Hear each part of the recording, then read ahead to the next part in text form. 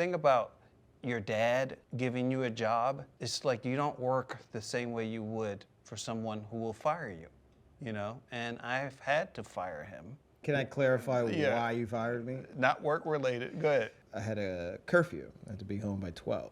I got home at 1 on a Saturday. He fired me for that. I'm Damon Wayans Sr. And I'm Damon Wayans Jr. And this is our life in pictures. Very cute. I'm too young to remember that, but I assume I was there because I'm in the picture. And I think that's your mother. Possibly. Yeah. And that's me when I was probably 23 and a half, because I lost my hair. That's why I have a hat on. No. Yeah, to hide the bald spot. And you have a bald spot too. Because I decided I wasn't going to be the only one losing my hair, so I cut your hair out. My hair. And I put a hat on you. He was a happy, happy guy, this guy. He loved Michael Jackson, and he loved He-Man. I sent his mom to Vermont to live with her mother because I was really just running from him. I was too young to have a child. I couldn't see myself with a kid. And I didn't meet Junior until he was like 5 weeks old. And I went there. Struggle was real. Yeah, I went to Vermont to visit him. You know who taught me to hold my neck up? Yeah. Me. Yeah, but I didn't meet him until like the 5th week, and I remember driving up to the house and I heard him crying outside of the house in Vermont. And I go in, he's screaming, and Lisa, his mom, she doesn't know what to do. Her hair is all frazzled. And I say, here, give him to me. And I hold him, and he instantly stops crying. And I'm just holding him and humming, and he's just looking up at me. And that was the moment that I realized I gotta be a man for this guy. I gotta grow up. This is my favorite character of all time. I love doing Homie the Clown because I can express the rage of a comedian through this guy. And the thing is, the angrier he is, the funnier he is. I don't think so. Homie, don't play that. I think every comic has the anger of Homie the Clown in them. It's just, Jim Carrey has it, Eddie has it, Jamie Foxx has it. There has to be a mean side of you that has contempt for your audience in order for you to be really funny. Now, how do you feel about yourself? Totally dissed, homie. That's why homie don't play that. The thing about In Living Color was only now can I look back and think about how privileged I was to have Keenen as the creator showrunner, because I wouldn't have been able to navigate the studio and network like he did. He was masterful. Like, he would tell them, don't tell me what I can't do, tell me how I can do it. They would always come in, well, what if? As opposed to me, I would go, the f out of here, y'all stupid, y'all don't know nothing about comedy, get out of here. But Keenen just knew how to navigate. He would just tell us, don't do it now, don't do it in the rehearsal. Like, we would save stuff, and he just taught me how to be a better comedian, a better performer, and a better writer too, because we had to write all our stuff. I remember everybody was just so nice there. I remember Tommy being hilarious, Jim being hilarious. I think I was too young to really understand how impactful the show was, but I definitely went there and felt that energy. I know where that one is. I know where this one is too. This is Summit? Summit. Yeah. That was like a fun time for our family. It was our first big house, nice house. We had a lot of fun. Y'all would have friends over. There was always somebody over. And they used to have basketball games. We had a full court. Full court basketball game. Like 50 cars in the driveway, and their mom would have Gatorade. She would have all this stuff out. Before we found out they were poison. See, my family's so big, it just makes sense to have, it's like all of the boys wanted to have more kids than my father, who had 12. This is the reason why they always had friends in the house, is because to me, kids screaming and, even crying and laughing, and, that's music. That's like the music I grew up with in my house. And so it really makes me feel comforted. I always feel bad when I hear, friends of mine talking about how hard their childhood was, because I literally lived a dream at childhood.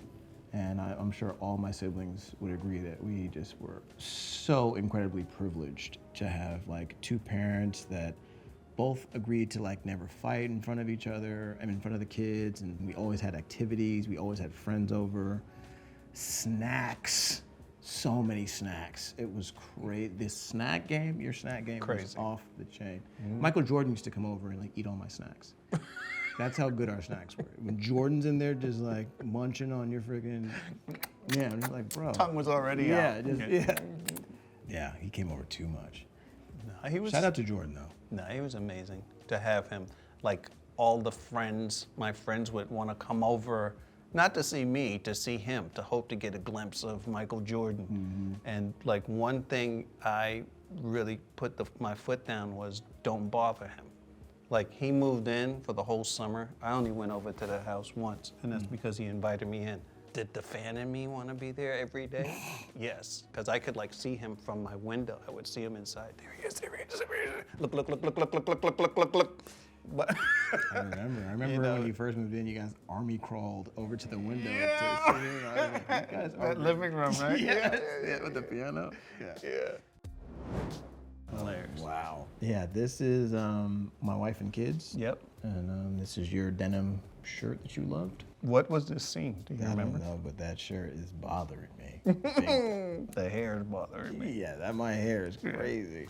Rarely do you get a chance to see someone who has a talent and to see that light switch on this. This was before the light switch, though. No, this I is know, when but Dad used to try. He used to make us be in the scenes. Like he'd be like, "And you're gonna be his friend, and you're gonna be his friend." We'd be like, "Fine, I'll go act." But the light switch, you don't know what's coming on. I see like it with my you light and switch- Mike making each other laugh, and you know that's the switch where you go, oh, this is fun. You forget that I made you do it, that you're in the moment and having fun.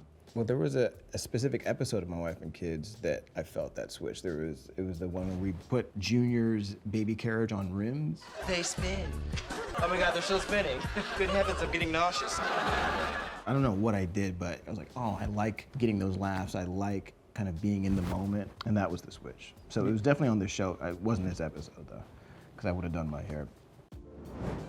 Happy endings, Happy endings, yeah. I don't remember the storyline, but I know it was funny, because that show was really funny. That was so fun to do with you. Ever since your mom left, man, I'm super horny. I mean, it make it hard to drive. Oh, God. Remember the scene where I captured something in the bag and I was leaving the house? like an animal? Yeah, and I had another driver in my bag and we kept laughing. What I remember about this episode is us wearing matching tracksuits. Yeah. And it's like, did like some funny montage. Yeah, this was so much fun. This was my first show, and just to have my dad come here and co-sign that he approves of the show, and also that he's just happy that I'm working and getting out of his pocket. It was wonderful. Both shows that he did, Happy Endings and Happy Together, the environment, just walking in and seeing that everybody loves him, just singing his praises, you know, the showrunner, the cast, everybody just, and you go, okay, you know, I did something right. I still don't feel like I made it. I feel like I'm a working actor. I appreciate it, but like I feel like making it for me is like doing things completely on your own terms. Like I feel like that's the beauty of what my family did before me, is that they came into the game kind of on their own terms, kind of like take it or leave it. Like this is us, and I feel like I'm still building to that, but I do like all the things that I'm doing on my way. Jeez Louise. Wow, that's crazy. Oh, wow, Grandma's right there. Mm-hmm. Where was this at? I said that little, At isn't the it park? the park that we always used to go to? Yeah, that park. That was like probably a July 4th. We used to go to the park all the Party. time and play softball. We don't get together as much anymore. Oh, the houses, people are so, you know, kids are having kids, you know, so it's like individualized kind of, but sometimes we'll get together and at least like, you know, 2-3 times a year. Well, our immediate family, we gather together over at his all house the a time. lot. But like the family, the thing is everybody, you know, working, you know, it's like kind of harder to kind of get everybody in one room. But when we do it, it's magical. It's amazing. I think it's the greatest gift that I have is my family. I've stayed out of trouble, you know, for my time in Hollywood for the most part because I didn't want to be ridiculed by Marlon or Sean. The thing is, like, you don't want to be the one that they're writing jokes about. It's brutal, but it acts as a deterrent, but it's also fun to be the one writing the jokes about. Because we may not say them to your face, but we know that there's a group chat going on right now, and your name is in it. It is obnoxious. We have one, Yeah. and it is too much. And It's there's on no way mute to get right out of now. it. There's It's no mute. way to get out of it because there's people on there that don't have iPhones, so they're like greening it up, and it'll go somewhere. I'm just like, this was a mistake. But we stay there, we persevere because we're family. I love it. I think it's unique. I think I'm most proud of the fact that we're still a family, that we get along, we really enjoy each other's company, we still laugh a lot, there's no real egos. The best times are when we're all together. Huh. Ah, this is cute. This is at the Players premiere for Netflix. That I didn't get invited to? Oh, you got invited, Dad. You said you were tired.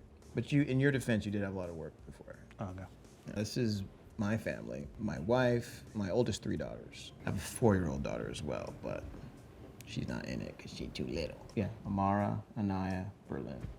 They're beautiful. That's great, you know, and they're all like really fun to be around, and I have great relationships with all my children. So I definitely learned that from him and from my mom, like to really care about how your kids feel about you, and to cultivate those relationships because they're not just gonna happen automatically. You have to put in the work. They're looking for a reason to hate you. They are.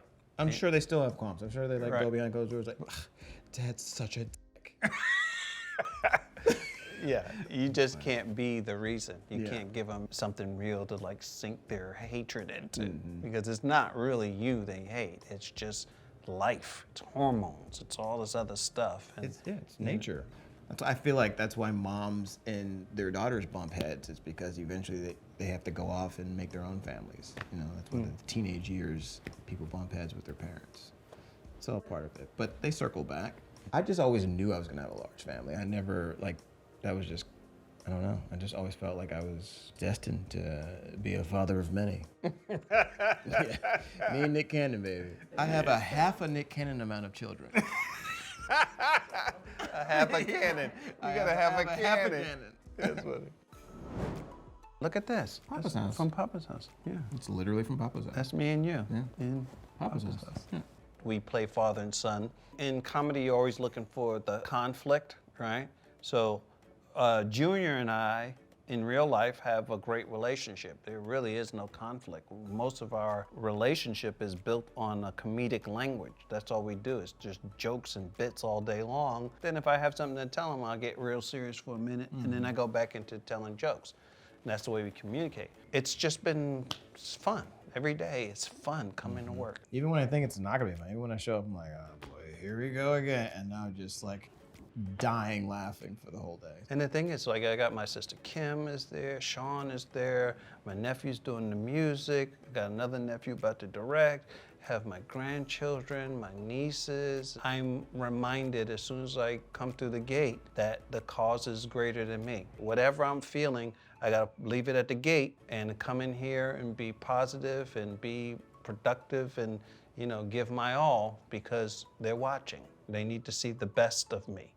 Also, there's something really cool about just walking into a room and everybody has your face. Yeah, This is that part. weird, but I like it.